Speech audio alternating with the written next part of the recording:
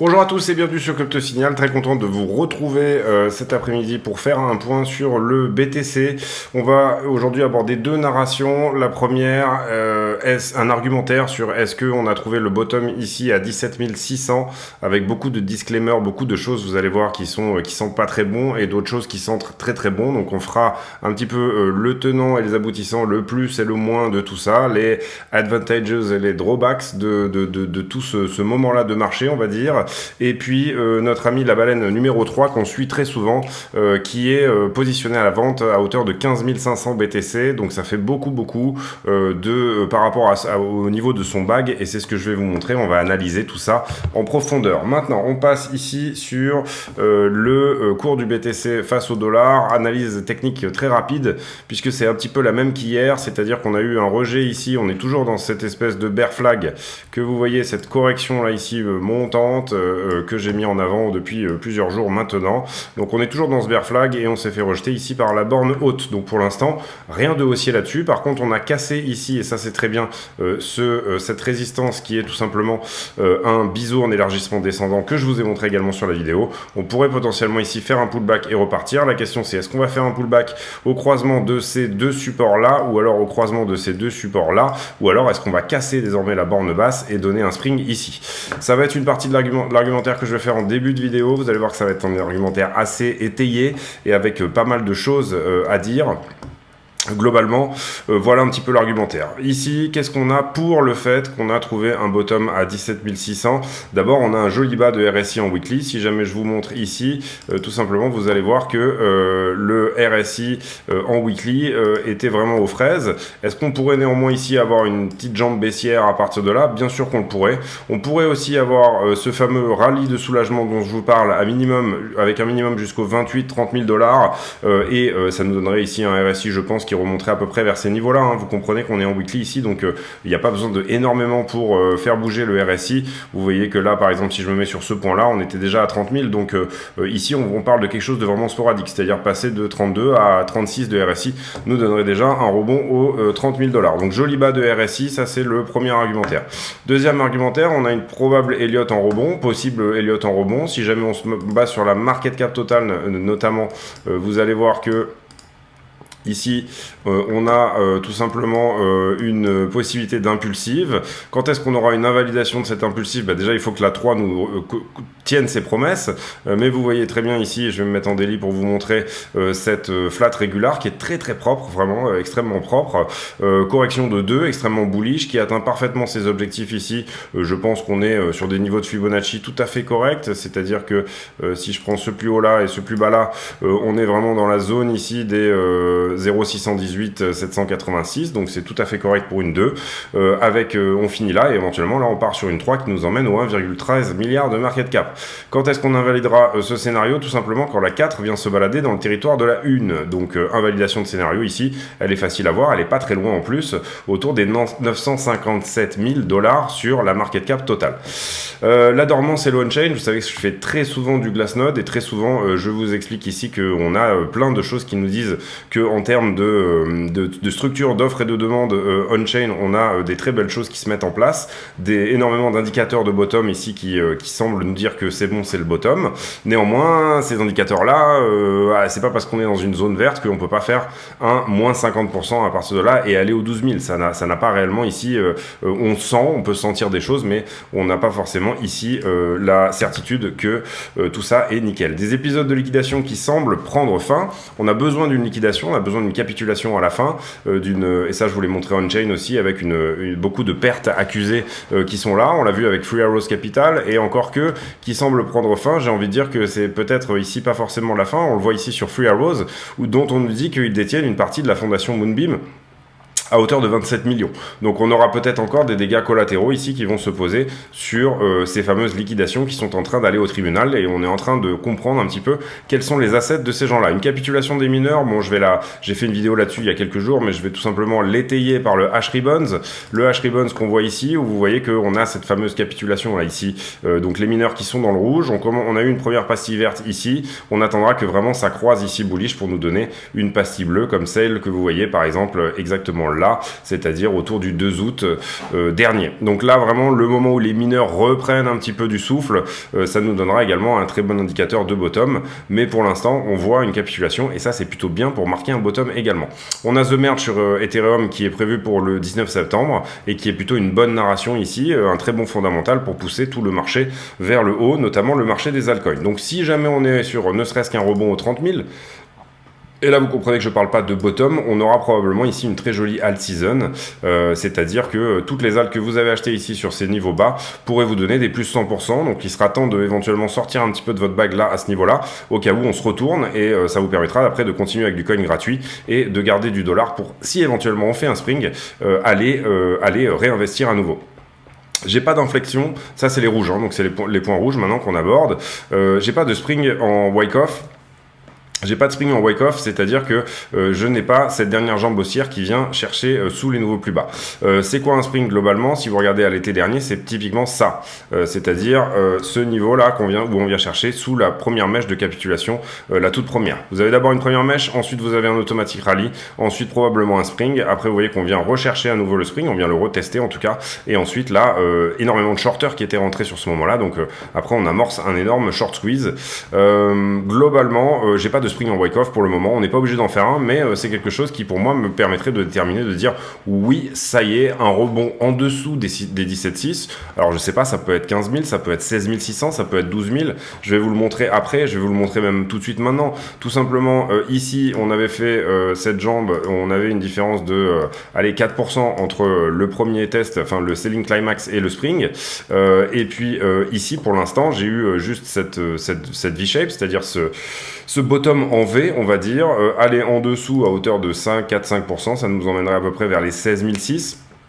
Niveau tout à fait cohérent pour un spring, avec juste une mèche, hein, on n'a pas besoin de faire beaucoup plus, mais ça nous donnerait ici vraiment une confirmation qu'on est venu cueillir la liquidité. Ça ferait rentrer sur la jambe haussière suivante énormément de shorters, et ça serait vraiment le scénario, on va dire, du rêve bleu.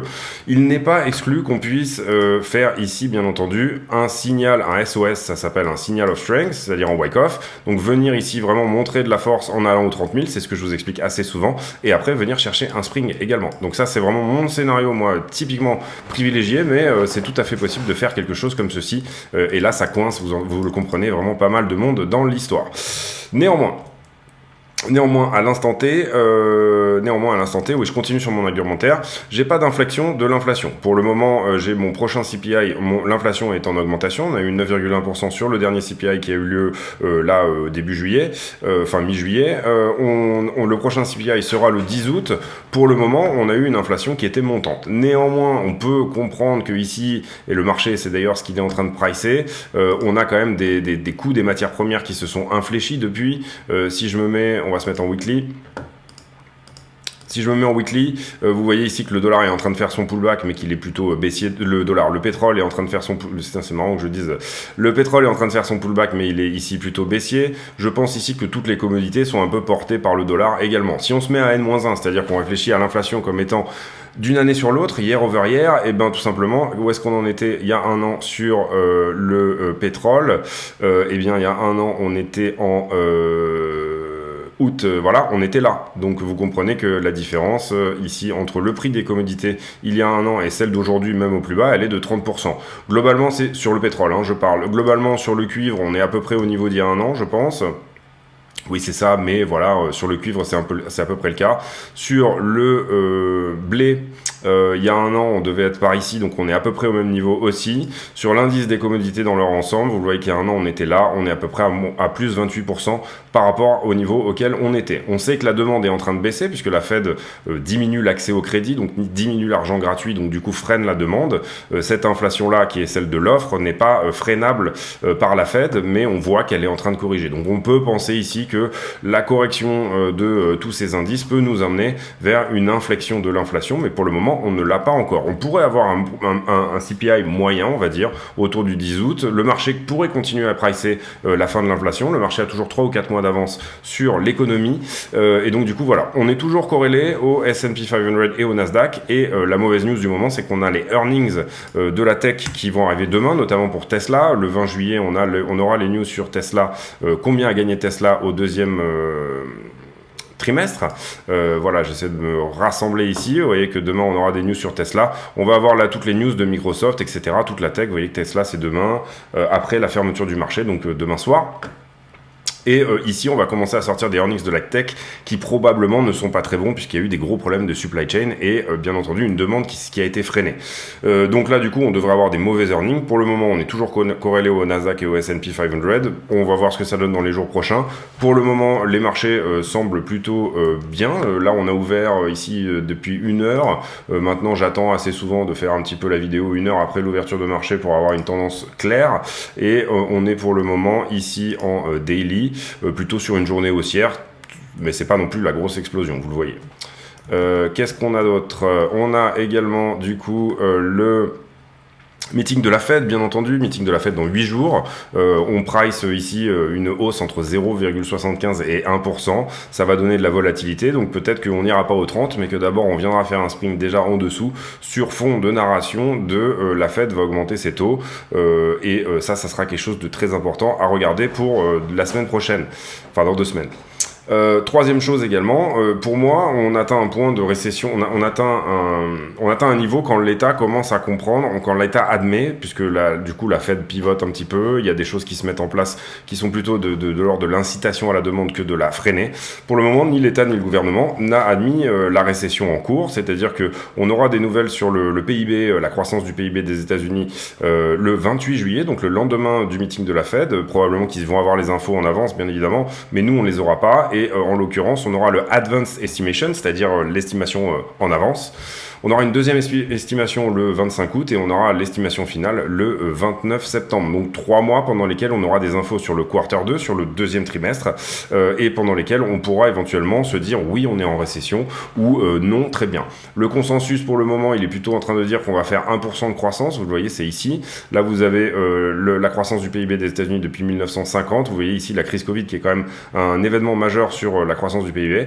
Et en l'occurrence, le précédent était de moins 1,6. Vous le savez qu'on a fait moins 1,6% de croissance. Et pourtant, là, on price toujours une possibilité d'aller en avant. Donc bottom à 17 600, moi je vous donne ma réponse, pour moi il y aura probablement un spring étant donné le contexte, mais c'est pour ça que je suis très prudent ici sur les alts sur lesquelles je rentre, etc. Et c'est pour ça que j'ai aussi des ordres qui traînent bien en dessous, de manière à bien évidemment être fill si jamais on fait des bougies de capitulation vers le bas. C'est pas forcément ce qui va se passer. Mais vous avez ici, je pense, une bonne partie de l'argumentaire de tout ce qu'il est possible d'arriver, tout simplement, tous les scénarios, bien entendu, possibles.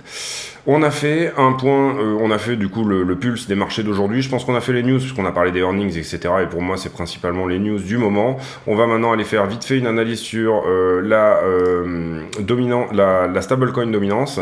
Stablecoin dominance qui, vous le voyez, est sur ici ce pullback là, enfin cette résistance oblique que j'avais marqué il y a de ça un moment. Pour nous, vous le savez, la target elle est autour des 10%. Donc peut-être ici un retest potentiellement et redescendre après. Voilà, tout ça ne va pas en ligne droite, donc du coup pas de panique sur des mouvements éventuels de retracement. Voilà, bon pour le moment en tout cas on peut pas lire grand chose là-dessus, si ce n'est des choses de momentum, etc. Mais c'est pas forcément l'intérêt de cette vidéo. Ici, qu'est-ce que j'ai sur Ethereum BTC? Et ça par contre c'est vraiment important de le comprendre. J'ai cette trend verte là, qui est une ligne de pivot, j'appellerais ça comme ça, qui sert ici de résistance depuis 2019. Résistance ici, on n'arrive pas à passer dessus, de résistance à nouveau. Alors vous comprenez que là, on a un petit espace, hein, bien entendu, mais ça vous donne quand même une idée. Ici, résistance à nouveau, encore résistance. Ici, dès qu'on la traverse, accélération haussière et donc on a un Ethereum qui surperforme énormément le BTC. Ici, on revient la tester une fois, 2 fois, 3 fois. Encore une fois, on n'est pas au dollar près, mais c'est pas la question. Une 4e fois ici, et ensuite là on latéralise un petit peu avant de la passer, accélération baissière quand on descend dessous.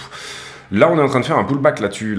Donc pour l'instant, j'ai pas la confirmation qu'on va la passer. Si on la passe, c'est très boule. C'est bouchon de champagne pour Ethereum. Pour l'instant, vous le voyez, on a un premier rejet. Donc on surveillera tout particulièrement le ratio Ethereum contre BTC et on surveillera tout particulièrement ce type de signaux qui peut nous dire que oui, on va la passer. Encore une fois, les choses ne sont pas en ligne droite, donc il est tout à fait possible qu'on fasse ça. C'est-à-dire qu'on vient de chercher cette résistance là ici, qui est une résistance weekly, avec laquelle on a beaucoup joué aussi dans toute cette zone, et que effectivement là, du coup, vous voyez, elle a quand même joué plusieurs fois. ici en latéralisation, voilà, donc c'est tout à fait possible de faire ça, voilà, c'est ça l'idée. Donc peut-être ici une perte de momentum de BTC, de Ethereum face à BTC n'est pas du tout à exclure. Vous voyez que le rejet ici est relativement violent, donc c'est plutôt une bonne chose. Vous comprenez ici qu'Ethereum reste à 1537 $, mais je vous donne des signaux qui sont plus early que la moyenne, de manière à pouvoir éventuellement réfléchir à tout ça. Je pense qu'on a fait le tour ici, on va pas faire les news, on va rapidement aller faire le sentiment sur Bitcoin. Le sentiment sur Bitcoin, on a un rejet ici parce qu'on a pas mal de Bitcoin à la vente autour des 22 500. On a eu un rejet ici parce qu'on avait pas mal de Bitcoin à la vente également autour des 23 000. Donc rejet dans les deux sens. Ici j'ai des ordres d'achat qui se sont glissés à 21 700 et 21. Voilà, pas énormément de choses à dire si ce n'est à part ça. Voilà, ici j'ai quand même du BTC un petit peu à la vente, ici à peu près 4 ou 500 BTC qui se sont positionnés à la vente. Restez bien jusqu'à la fin de la vidéo puisqu'on va parler de cette fameuse baleine et qu'il y a vraiment énormément de choses à dire dessus. Ici pour les options, un max paying price à 21 000 pour vendredi prochain. Ici je vous ai déjà noté tous les niveaux on a été principalement longué là ici, vous le voyez, avec quelques niveaux qui se sont rajoutés et un niveau qui s'est rajouté également en short tout en haut ici. Donc on a une double poche de liquidité à prendre si on veut aux 23 000 et on a également des choses à prendre vers le bas jusqu'aux 21 200. Voilà, 21 200 et 23 000, ce sont les niveaux à surveiller pour aller chercher les longueurs en levier. Sur iBlock, j'ai fait un refresh à 14,35, on va en refaire un nouveau. Sur iBlock et les positions en levier fraîches depuis 5 jours, on a toujours un delta de longueur au-dessus, donc ça pointerait plutôt vers le bas, avec un potentiel dip ici pour aller chercher la zone dense, on va dire, autour des 20 800, donc un petit peu ce que je vous disais aussi tout à l'heure. Pour moi, ce qui est vraiment frais là, c'est voilà, peut-être 20 400. Ce qui est vraiment frais, c'est pas vraiment ce qui s'est passé là depuis, encore qu'on n'a pas encore pris tous ces niveaux-là. Il est tout à fait possible ici de revenir chercher à nouveau les 19 000, comme je l'avais prédit il y a de ça plusieurs jours. Parfois, on est un petit peu en avance sur la narration. Il y a une petite FOMO qui se crée, donc le chemin de moindre résistance, et là vous allez peut-être le voir sur la demande au spot, c'est ça le chemin de moindre résistance, c'est la demande au spot. Ça coûterait trop cher aux market makers que de vendre des BTC au spot pour faire baisser le prix, puisqu'il y a une petite FOMO et que tout le monde est ici en train de jouer ce breakout, et donc du coup voilà, on est peut-être ici sur tout simplement, on attend que ce mouvement s'essouffle, et derrière on va dire que on laisse tomber la savonnette dans la douche de la prison, de manière à prendre tout le monde un petit peu, j'ai envie de dire, à revers, voilà. On fait un live sur Kingfisher également. Comment avoir des crédits sur Kingfisher? Vous appuyez sur Spin, ici vous faites tourner la roue, et Kingfisher, si vous avez moins de 30 crédits, va vous donner des nouveaux crédits pour pouvoir utiliser. Là il me demande évidemment, comme je fais la vidéo, il me demande de retirer. Voilà, et donc du coup c'est comme ça que vous obtenez des crédits gratuits sur Kingfisher. Donc là on a 10 crédits, on repasse à 40 crédits, vous voyez que vous n'avez pas besoin forcément de payer Kingfisher. Je fais ça pour meubler pendant que ça, j'en profite également pour vous dire de vous abonner si jamais le type de contenu vous plaît, de surtout pas hésiter à activer la cloche des notifications et éventuellement venir nous voir. Restez bien encore une fois, on a cette histoire de la baleine qui je pense va être intéressante à décrypter puisque c'est une baleine que je suis souvent. Ici sur Kingfisher, on nous dit que retourner aux 20 800 pour le coup serait un moyen de prendre pas mal de liquidité. Voilà, 21 000 globalement, donc bon, tout pointe un petit peu vers les 21 et on a un niveau de pointage ultime si on devait dipper de ouf qui nous pointerait ici plutôt jusqu'au 19. La chose qu'il faut surveiller, c'est la demande au spot. Est-ce qu'elle est en train ici de se calmer ou pas? Donc du coup vous prenez un contrat spot, vous regardez bien le momentum, vous regardez bien un petit peu ce qui se passe. Pour moi oui, elle se calme au sens où on a un plat là ici et on est peut-être en train de s'essouffler. Ce qu'il faudra regarder, c'est le momentum en 4 heures, momentum en 2 heures sur les contrats au spot. Je passe dessus là et on continue sur notre ami la baleine, donc la narration du jour. La narration du jour, c'est quoi? C'est que, alors là du coup bien évidemment, voilà, notre baleine qui avait auparavant combien on avait de BTC là? 137 000, 135, oui, 133 000 BTC, quelque chose comme ça, vient de dumper ici 15 500 BTC. Donc ça c'est pas très bon parce que ce portefeuille est vraiment plutôt bien géré en général et en général il vend les tops et il achète les plus bas. En plus quand il vend les tops, il vend plutôt en général 1500 BTC, il vend pas 10 fois plus. Vous comprenez qu'ici ça c'est un indicateur de sentiment de la part de cette baleine. Vous le voyez là ici 1000 BTC, bon on va pas descendre puisque là on est, ne serait-ce que là on est toujours en octobre, oui. 1500, 1500, parfois ils vendent 3000, parfois ils vendent 1500, mais je ne l'ai jamais vu, moi personnellement, depuis que je le suis, vendre comme ça 15 000. Est-ce qu'il a réellement vendu? Alors c'est la question qu'on peut se poser. On voit ici qu'effectivement c'est parti de son portefeuille par salve de 600 BTC et c'est allé sur un wallet Coinbase. D'accord? Ce wallet Coinbase ici est à 1,22 BTC, tac. Voilà. Donc là on voit que effectivement il y a eu dump, il y a eu de la vente.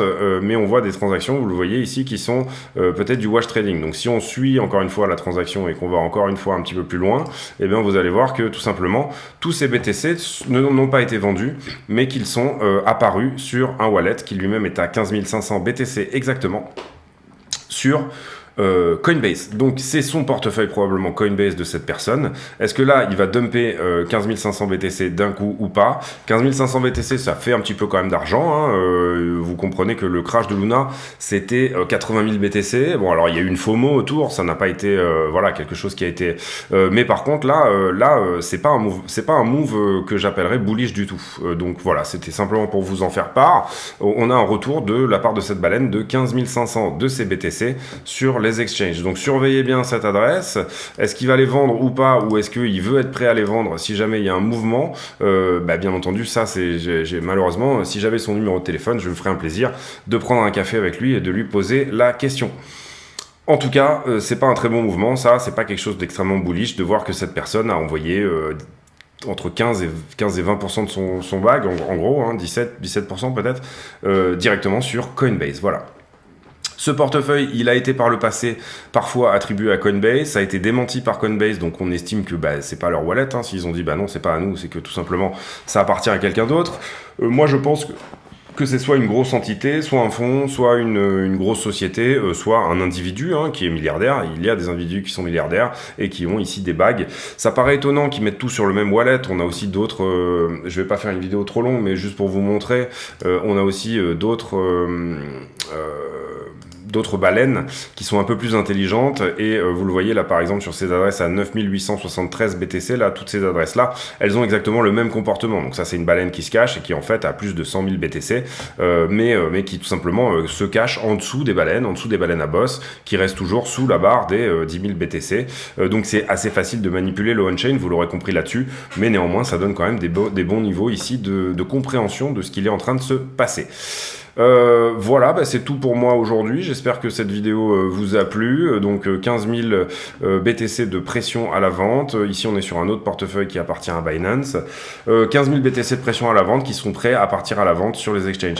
Est-ce que ce mec-là veut faire un move où il veut faire dumper BTC très fort de manière à en racheter encore plus bas? C'est complètement possible. C'est possible peut-être avec 15 000 BTC au mois de juillet, au 19 juillet, quand tout le monde est un petit peu en vacances et que tous les marchés sont un petit peu calmes, de faire ce genre de move. Je veux pas créer de FUD ici, mais je vous donne juste l'effet que tout est possible avec ces 15 500 BTC encore une fois. Eh ben, je pense qu'on a fait le tour pour le gros point BTC ici. Si la vidéo vous a plu, n'hésitez pas à le dire en commentaire. N'hésitez pas à mettre un like, vous abonner, activer la cloche des notifications et suivre les points BTC qu'on fait tous les jours sur la chaîne. Deuxième chose également, j'ai pour habitude de demander aux gens qui ont réussi à regarder la vidéo jusqu'à la fin un commentaire à la con. Aujourd'hui, on va rester dans la thématique de la musique et on va dire... quel est le morceau que vous aimeriez que vous aimez écouter, que vous aimez écouter quand vous êtes alors on a fait la bagnole, on a fait quand on fait du sport, on a fait quand on fait l'amour, on a fait pas mal de choses finalement sur la musique. Quel est votre morceau préféré? Voilà, tout simplement. Quel est votre morceau préféré? Qu'est-ce que vous aimez vraiment vous envoyer pour avoir la banane éventuellement le matin? C'est tout pour moi aujourd'hui. J'espère que cette vidéo vous a plu. On se retrouve demain pour un nouveau point météo sur le BTC et tous les jours, ou plus ou moins j'essaye, une étude d'altcoin intéressante au niveau fondamental avec étude de prix, etc. et toutes les choses qui vont avec. Mettez un like, faites-le parce que c'est important de rétribuer tout ça. Tout est gratuit chez moi, donc mettez un like, faites au moins ça. Et puis on se retrouve demain pour un nouveau point météo sur le BTC. À très bientôt, salut.